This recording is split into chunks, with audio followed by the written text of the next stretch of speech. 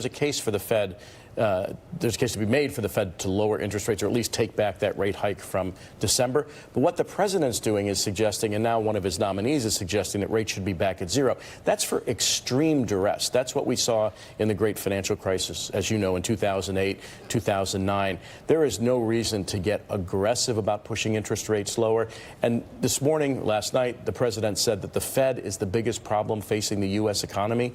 That is just utterly absurd. The Fed has been extraordinarily responsible and has been. What I worry about most, David, is the president packing the Fed with sycophants and ideologues who are going to do his bidding and really damage the credibility of the Federal Reserve. You'll forgive me for laughing at that crisis line. Heather McGhee, let me just ask you about sort of the crisis envy this president seems to have. Back when President Obama was in office and rates were very low, citizen Donald Trump was very critical of the way these policies were in place. Now, you can say somebody, when he's president, wants to have low rates, it'll help the economy, but this is something different, isn't it? It's something different. It's him saying, you know what, I know that in my sector of the economy, low rates are extremely good. That's real estate. Right. That's the way he sees the world.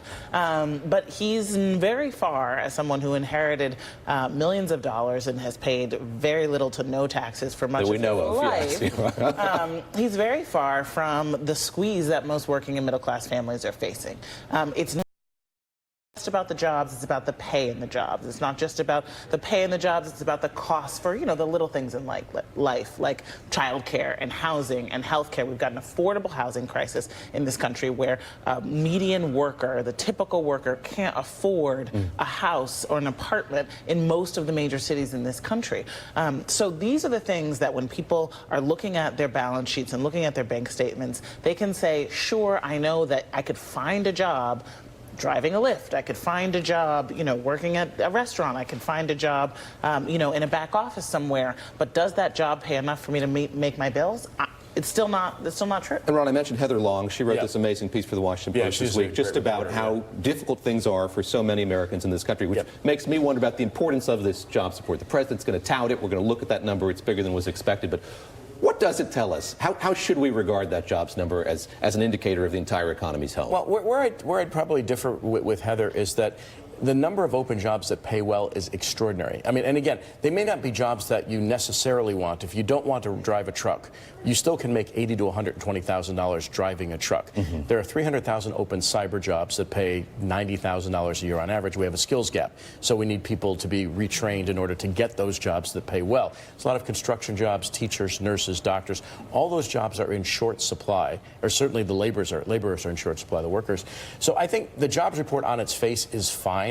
The U.S. has another problem, which is the president's own trade policies, which are restraining global growth and weakening the U.S. simultaneously. So he's always been, thus far, working at cross purposes when it comes to policies. On the one hand, he's got a policy attacking China and maybe Europe later down the road. We've got a hard Brexit in front of us coming up in October that could weaken the global economy. There are external threats that would give the Fed reason to cut.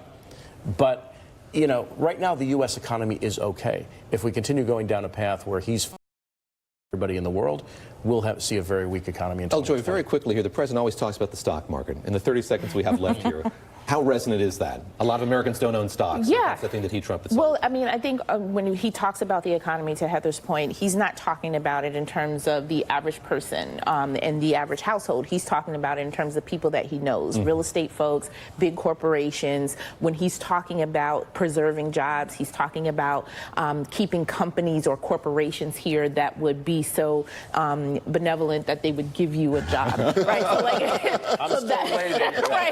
So, that is how he sees the economy, and not necessarily on the skills gap or even the squeeze that others are feeling. And let us not forget one salient point. It's been reported that the Trump Organization itself has $340 million in adjustable rate debt.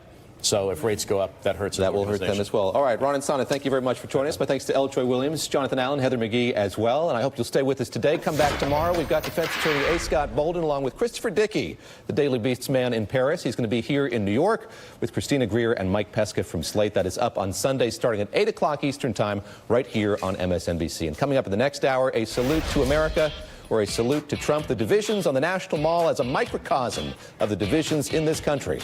Coming up.